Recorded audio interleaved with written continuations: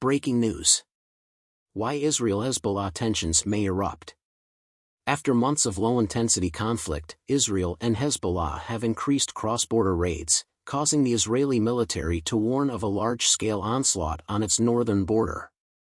After 8 months of fighting, analysts say Israel can no longer ignore its northern front or delay action. Analysts say a full-scale battle is more likely, even if both sides don't want it. What we know.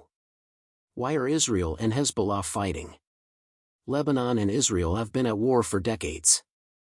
After Palestinian militants attacked Lebanon, Israel invaded it in 1982, bringing tanks to Beirut. It ruled southern Lebanon for 22 years until Hezbollah, which formed from the Israeli assault, expelled it. Lebanon's Iran-backed Hezbollah is a powerful paramilitary group.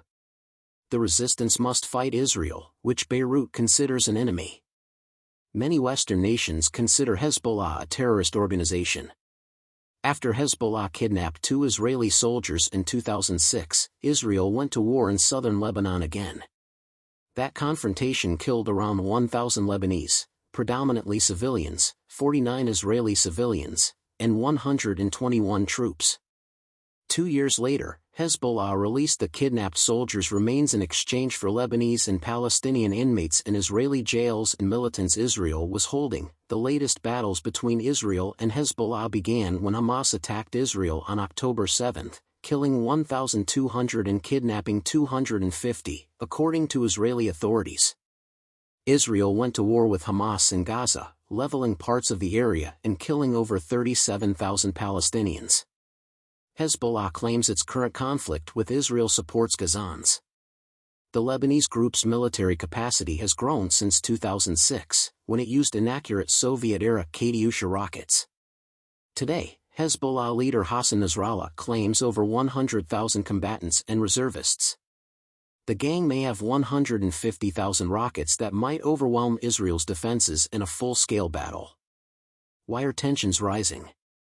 Heiko Vim-Men, project director for Iraq, Syria, and Lebanon at the Brussels-based International Crisis Group, said the Israel-Hezbollah confrontation has escalated since October 7. He called it a slow-motion escalation that inches upwards. Unfortunately, border confrontations have increased and brought both sides closer to war. There is certainly an escalation, said Vim-Men, referring to casualties on both sides of the border and Hezbollah's weapons. Last week, Hezbollah struck a town in northern Israel, killing an Israeli reservist, increasing the total military casualties to 19. Israel struck southern Lebanon last week, killing Hezbollah's top commander Talib Sami Abdullah. IDF said commander was responsible for many attacks on Israeli citizens over several years. As reprisal, Hezbollah fired around 200 rockets at Israel on Wednesday and a lesser barrage on Thursday. When the war began, Israel and Hezbollah were battling within a 4-kilometer, 2.5-mile radius of the border on either side. Now they are striking further into one other's land. Israel has attacked Lebanon more than 120 kilometers north, while Hezbollah has shot 35 kilometers into Israel. Israel blamed rocket fire from southern Lebanon, where Hezbollah claimed to have launched a swarm of drones at Israeli military facilities, for huge fires in northern Israel in early June. Cardiff University lecturer and Hezbollah expert Amal Saad said the group's escalation is a dramatic divergence from other flare-ups that have occurred since October 8. This stage, beyond merely responding to Israeli attacks and rebuilding deterrence, it entails sending new signals and strategies, Saad wrote on X on June 5. The conflict is very visible and difficult to ignore, said Vim-Men of the International Crisis Group, adding that far-right ministers and Prime Minister Benjamin Netanyahu's government pressure Israeli officials to respond.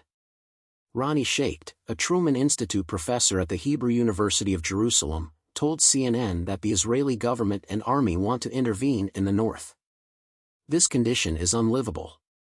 New weapons play. New weaponry have entered the cross-border battle. Hezbollah fired Falak 2 missiles toward a northern Israel military position on June 8, escalating the situation. It was the first time the group employed the enhanced Falak 1 missile Hezbollah has used throughout the conflict. Iranian rocket Falak 2 has a higher range and larger warhead than its predecessor. Iranian rocket Falak 2 has a higher range and larger warhead than its predecessor. In the 16th century, Israeli soldiers employed a catapult on the Lebanon border.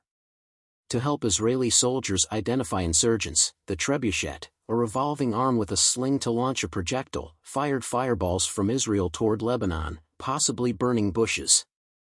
On Thursday, CNN affiliate KAN reported that the IDF called the catapult a local initiative that had not come into wider use. What do both sides say? Both sides have used harsh rhetoric, but experts say none wants a war. Netanyahu warned in December that Beirut would become Gaza if Hezbollah went to war. Last Monday, Finance Minister Bezalel Smotrich said the IDF doesn't want a bigger conflict to eradicate Hezbollah. The military has stated that it does not intend to assault Hezbollah in the north, defeat it, and establish a security zone. Netanyahu indicated Israel was ready for very serious action in the north during his visit to Kiryat Shmona near Lebanon last week. Whoever believes they can injure us and that we would sit idly by is making a terrible mistake, the Prime Minister stated. One way or another, we shall secure the north. Hezbollah's second-in-command, Naim Qassem, told Al Jazeera that recent Israeli threats were not serious. We do not desire an all-out conflict or to expand the battle. Qassem declared Hezbollah will stop attacking Israel soon the Gaza war ends. Will war break out? Experts warn that while both sides may not launch a conflict, their escalatory acts may accidentally start one. The International Crisis Group's Vim Men said Israel and Hezbollah are unlikely to start a war knowingly. He claimed that something goes wrong more often as the fight escalates, each side strikes farther into the other's land, and weapons become heavier. With so many Israelis relocated in the north, Netanyahu is under great pressure from the opposition and coalition members to act. The IDF reported around 53,000 northern Israelis displaced. Israeli authorities evacuated more Galilee homes this week after a fire started after Lebanon rocket attacks.